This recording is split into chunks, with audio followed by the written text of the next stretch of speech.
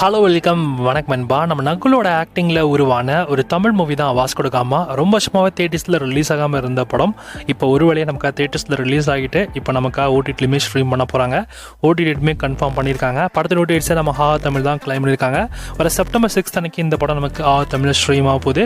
And படம் பார்க்க நல்லா இருக்குமான்னு கேட்டிங்கன்னா, ஆக்சுவலி இது வந்து ஒரு ஹிஸ்டாரிக்கல் மூவி மாதிரி இருக்கும். அதாவது நேஷ்னல் ட்ரெஷர் ஏதாவது பற்றின ஒரு கதையாக தான் இருக்கும். அதாவது இந்த புதையல் தேடி போகிற கதை, அந்த மாதிரியான கதையை தான் படம் இருக்கும்னு நினச்சா அப்படி தான் கிடையாது.